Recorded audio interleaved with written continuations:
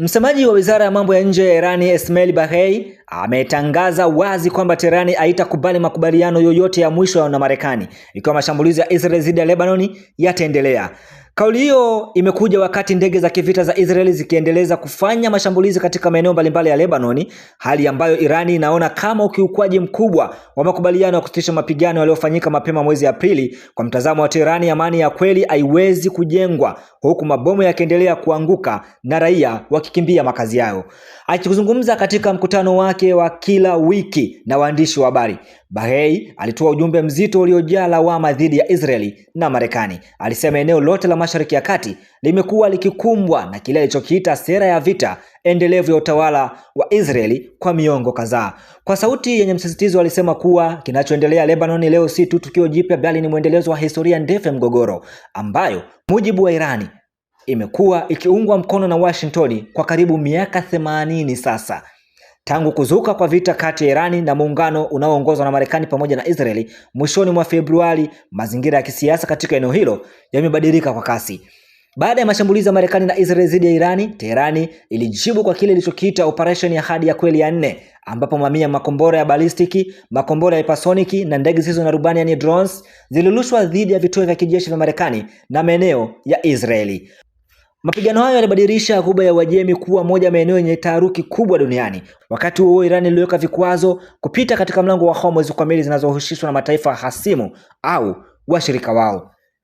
Ingawa kusitishwa kwa mapigano kulifikiwa kupitia upatanishi wa Pakistani mjini Islamabad mwanzoni mwa Aprili, yani Aprili 8, Tehran inasema hali ya vita bado haijaisha kikamilifu kwa sababu mzingiro wa majini dhidi ya bandari zake bado unaendelea. Kwa Irani, kuondolewa kwa mzingiro huo ni jambo lisiloweza kujadiliwa. Katika kauli iliyovutia hisia za wengi, Baghei alisema wazi kuwa suala la Lebanon limekuwa sehemu ya msingi wa mazungumzo yote yanayohusu kumalizika kwa vita hiyo. Kwa maneno mengine, Tehran inasema hakuna makubaliano ya mwisho yanayotiwa saini ikiwa Israeli itaendeleza mashambulizi yake ndani ya Lebanon. Huu ni msimamo unaoonyesha jinsi Irani inavyounganisha hatima mazungumzo yake na Marekani na usalama wa Lebanon pamoja na makundi ya upinzani yanayoiunga mkono. Kwa viongozi wa Irani, kusitishwa kwa mapigano Lebanon si swala la pembeni, bali ni sehemu ya misingi ya makubaliano. Katika mkutano huo, Baghei hakuhusisha Israeli pekee. Alielekeza lawama pia kwa Marekani akidai kuwa Washington imekuwa ikikiuka makubaliano ya kusitisha mapigano katika maeneo mbalimbali ya Mashariki ya Kati. Aidha, alishutumu kwa kile alichokiita uharamia wa baharini dhidi ya meli za kibiashara za Irani. Kwa mujibu wa Tehran, hatua za Marekani dhidi ya usafirishaji wa bidhaa za Irani si tu ukiukwaji wa makubaliano ya kusitisha mapigano, bali pia ni hatua nyingine ya uchokozi wa moja kwa moja dhidi ya taifa hilo. Wakati shinikizo la kimataifa likiongezeka, Irani imesisitiza kuwa haitaacha kuisaidia Lebanon. Baghei alisema Jamhuri ya Kiislamu ya Irani itaendelea kutumia uwezo wake wote wa kisiasa na kidiplomasia kuisaidia Lebanon na kile alichokiita harakati za mapambano dhidi ya uvamizi wa Israeli nchini Lebanon. Kauli hiyo inaonekana kama ujumbe wa uhakika kwa washirika wa Irani katika eneo hilo kwamba msaada wa Tehran utaendelea licha ya vikwazo vya migogoro vinavyoikabili. Miongoni mwa sababu zinazochochea mazungumzo kati ya Iran na Marekani, Baghei alisema tatizo kubwa ni kile alichodai kuwa mabadiliko ya mara kwa mara ya misimamo ya upande wa Marekani. Kwa mujibu wake, Washington imekuwa ikitoa matakwa mapya, wakati mwingine yanayopingana na yale yaliyowekwa awali. Hali hiyo, alisema, inafanya mazungumzo yawe marefu na magumu zaidi kuliko ilivyotarajiwa. Kwa mtazamo wa Tehran, haiwezekani kufikia mwafaka wa haraka ikiwa upande mmoja unaendelea kubadilisha masharti wakati mazungumzo yanaendelea. Katika mazungumzo yake, Baghei alisisitiza kuwa lengo kuu kwa sasa ni kumaliza vita na kuondoa mazingira ya mzozo unaoendelea katika eneo hilo la Lebanon. Kauli hiyo imekuja baada ya madai kutoka kwa Rais wa Marekani Donald Trump kuhusu hatima ya uranium iliyofichwa katika vituo vya nyuklia vya Irani. Lakini Tehran imeonekana kutaka kuweka kipaumbele katika masuala ya vita na usalama kabla ya kurejea kwenye mijadala ya nyuklia.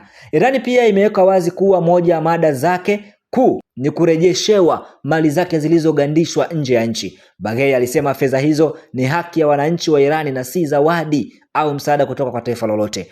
Kwa mtazamo wake, suala hilo ni kurejesha mali zilizozuiliwa kwa miaka mingi kutokana na kile Tehran inachokiita hatua haramu za Marekani.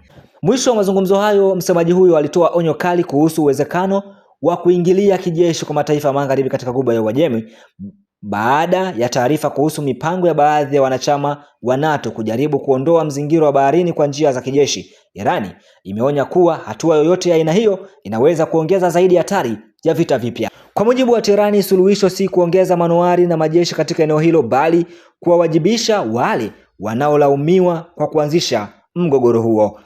Kadiri siku zinavyosonga, ujumbe kutoka Irani unaonekana kuwa mmoja na usiobadilika wala kuyumbishwa na matamshi.